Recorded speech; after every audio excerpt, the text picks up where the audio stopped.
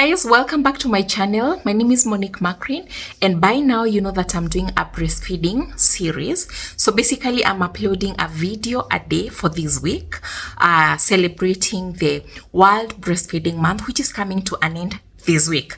So basically that means I have 2 more videos to post. Actually, I think it's 1 more video, right? Yes. So yesterday I promised you guys that I'm going to show you how to position the baby and ensure that you have a good latch so that you can ensure that milk transfer is efficient while baby is suckling at the breast. But I'm thinking that should be the video that we end the series with, right? Yep. So we are going to talk about how do you know if your baby is breastfeeding well. So we started by talking about when you initiate breastfeeding, then we talked about the amount of milk that you expect. Then we talked about how to ensure that your baby is getting enough milk. And now today we are going to talk about how do you know that your baby is getting enough milk. So one of the funniest things that moms ask me at the hospital, mostly after delivery, and this is usually first-time mothers, they ask, how do I know that my baby is getting something? Okay, I see that they're suckling, but how do I know that they're actually getting something? So this is a very common question, and I understand where that comes from, because most of the time you just see the baby suckling, then they stop, then they suckle, then they stop, and you don't have evidence that they're getting something, right? So the first 1 to 3 days, because the milk is not like a lot, like the amounts are not copious, so most of the times you might not feel the audible swallows. Okay, for some moms, but you can actually look at this jaw. So I want you to look at how my jaw moves when I swallow saliva. Have you seen this movement? This, the way this one moves down when I swallow. I'm going to repeat again. You see that movement there? So when you look at a baby who is breastfeeding and they're actually swallowing something, you can be able to see that. Another thing, when the baby comes to the breast, they suckle very fast, and then after like a minute, they start suckling a little bit slowly, pausing. Slowly pausing. So if you see a baby who is just, you know, the mouth is moving like this consistently, then that baby is not swallowing anything. So you need to be able to see it. It's a little bit slow, then they pause, and they usually pause so that they can swallow, breathe, and then continue suckling again. Okay, yes. So a baby who is doing this too fast after the first minute of attaching to the breast, then that baby is not getting enough milk. Now, far from that, and after like, you know, the 3rd day, you should be able to feel, you should be able to hear your baby making audible swallows. So audible swallows is something like so they make sounds when they're swallowing, and they're usually like very nice sounds, especially for a mother. Okay, they make, you know, they make like cute, funny little voices when they are doing that. Yeah, so that's another thing that you can be able to use to tell if your baby is getting enough, no, not like enough milk, if your baby is getting any milk into their system. Now, after that, then you're able to tell, like after the 3rd day, you can feel the weight of your breast before you start breastfeeding. After breastfeeding, you must be able to feel that that breast has become lighter. Otherwise, if you breastfeed the baby from a breast that was full and heavy, and after like 30 minutes, that breast is still full and heavy, then that baby is not removing milk from the breast efficiently. And that means that you need to see a lactation specialist. Okay?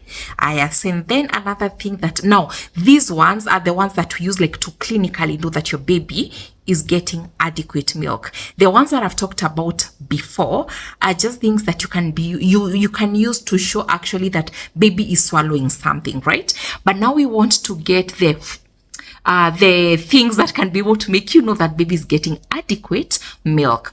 So the wet diapers are very important.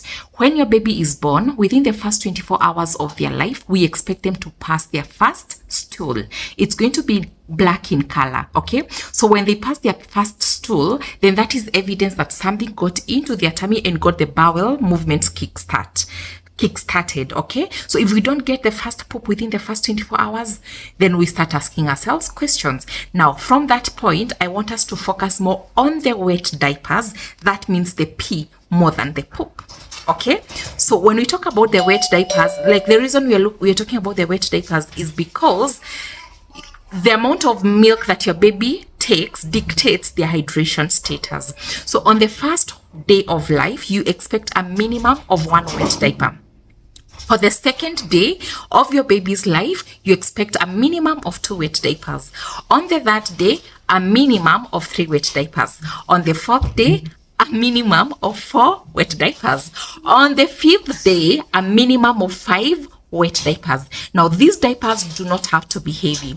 When I talk about 1 day, I mean 12 hours. So let's say you gave birth to your child yesterday at 3 p.m. So between yesterday 3 p.m. and today 3 p.m., we need a minimum of 1 wet diaper. So you understand what I'm talking about? So it's basically 1, 1, 2, 2, 3, 3, 4, 4, 5, 5. Then after 5 days, something changes. So after day 5, then now we are going to think about that is now we are moving into day 6. We are going to talk about 6 fully soaked diapers. Remember, we said day 5 moving down, the diapers don't have to be heavy. But after 6 days, 6 heavy wet diapers, that is the minimum. So quick, let's do a little bit of a revision. So you gave birth to your baby 4 days ago, and baby has passed 4 wet diapers, then that is a well-hydrated baby. If the baby passes 3 wet diapers, then we have a problem. Your baby is not getting adequate milk, okay? So now let's go to 10 days. Your baby is 10 days old and they have passed 6 fully soaked wet diapers. Then you know that your baby is getting adequate milk. The same baby could be passing like even 10 wet diapers. So when I'm giving you those figures, I'm focusing on the minimum acceptable number of wet diapers, okay? Then another thing, you don't want wet diapers that are very clear. You need a little bit of a color on the diapers to show that they're actually getting adequate milk, like you know they're getting hind milk, okay? Now after day 5, then now we can go back to looking at the poop. When you're looking at the poop, we are not going to look at how many times your baby is passing stool, but rather we are looking at the color of the stool. So your baby's poop is going to be black, then it turns a bit greenish as the days progress. By the end of day 5, if your baby's breastfeeding adequately, then you need that color to have changed to mustard yellow and a little bit seedy on the inside. Okay, so those are the things that you use to know that your baby is getting adequate milk. Check the number of wet diapers. Then after day 5, the color of poop should be mustard yellow and seedy inside. Once the color of poop turns mustard yellow, then it must continue being mustard yellow for as long as this baby is not taking solids. Okay, so any deviation from that, then you need to book an appointment with a lactation specialist. Okay, so sometimes we can get the poop is mustard yellow, but it looks airy and frothy, you know. So that is an indication that there's an imbalance between fore milk and hind milk. So basically, anytime that the color of your baby's poop changes, you might, just inbox me with the color of the poop and I'm able to tell you what's happening. This applies to a baby who is 6 months and below, or rather a baby who has not started solids. Okay, once they start solids, there's usually the divisions in the color of the stool. Now, in addition to that, anytime you go to the clinic, you should be able to see that baby's weight graph is moving upwards. It should not stagnate. It shouldn't go downwards. So remember, after your baby is born, like let's say your baby was born at 3 kgs, we expect that the baby is going to drop their kilos. By the time they get to 2 weeks, we need that baby to have gone back to the 3 kgs that they were born with. So we say baby has regained their birth weight.